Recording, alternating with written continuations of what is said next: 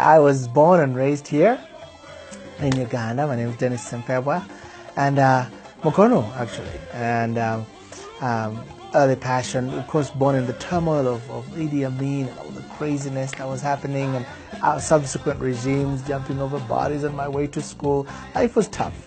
Depressed little kid, around 12 years old, depressed, until I had this encounter. Went to a crusade.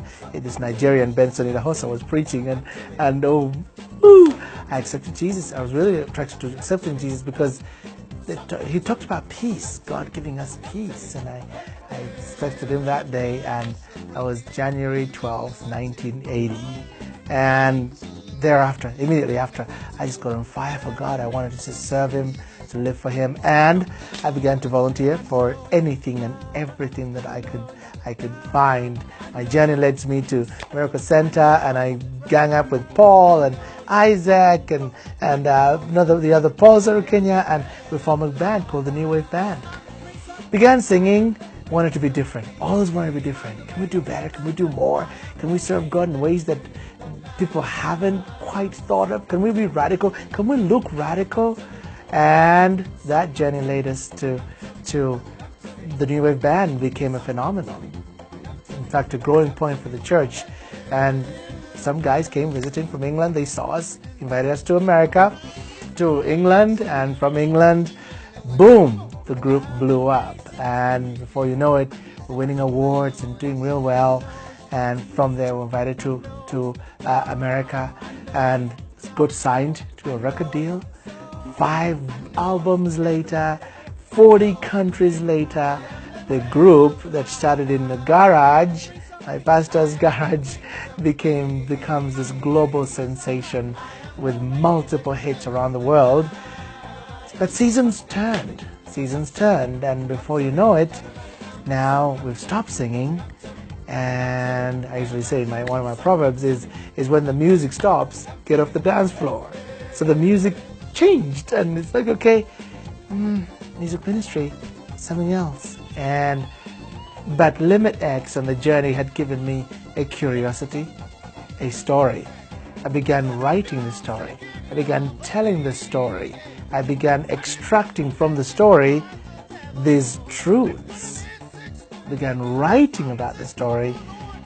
First book, second book, third book. Meanwhile, I'm growing. I'm back in school.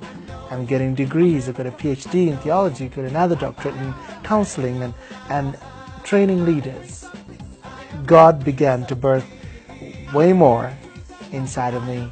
And long story short, we started a church and launched a church, and today we run a global ministry called Eagle's Wings International, and we're touching lives around the world. We're active in 17 countries around the world, literally reaching hundreds of millions of people every single month. One of the things we're doing now, which is really, really exciting for us, is we have a book, one of my latest books, called Timeless Truths. That book, where God told me, I felt instructed to give it away. Like, wow, God. It's a book of Proverbs. It has 300 enduring proverbs for our generation. And we just said yes. And we're giving away 1 million books around the world, in Uganda, Kenya, Rwanda, and Belize, and the Philippines. Again, touching lives around the world. But along with that, this April 28th, we're coming back together, Limit X, and we're going to have a concert. It's a long-awaited reunion. In fact, it's going to be the biggest reunion in our country's history, because we did so much more than we thought we did while we did what we did. The group is a household name, and we're going to come back, and in this one concert, one weekend, April 28th and maybe the 29th as well, we're going to share our story, our music, and get to impact lives.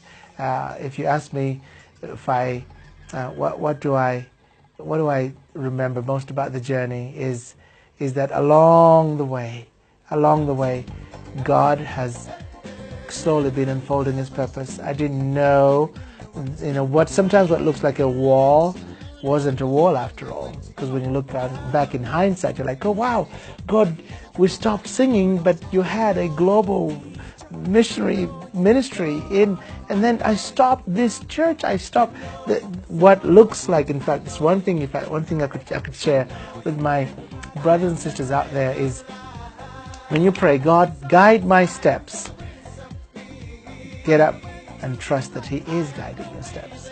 And some detours, some blocks, some crashes and collapses, and not really crashes and collapses.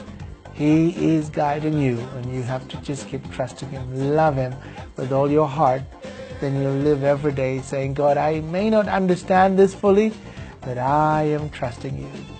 And this song that we've sang around the world, it's again, we wrote it in our pastor's garage, and I am the bread of life. I am the Prince of Peace. I mean, it's gone around the world. It's been number one and all over the place. In Nigeria, one time they told us it was the number one wedding song. People were getting married and marching down the altar to Malibongwe. Malibongwe is a Zulu word for amen. I am the bread of life. I am the Prince of Peace. I am the way, the truth, the life. So come to me, come to me, come to me. Hey, so come to me, come to me, come to me. Hey. It's an anthem around the world. So, and every time I sing it, I'm like, you know what? I may not understand what God's doing, but He is the bread of life. He's the Prince of Peace, and I'm just going to keep going to Him.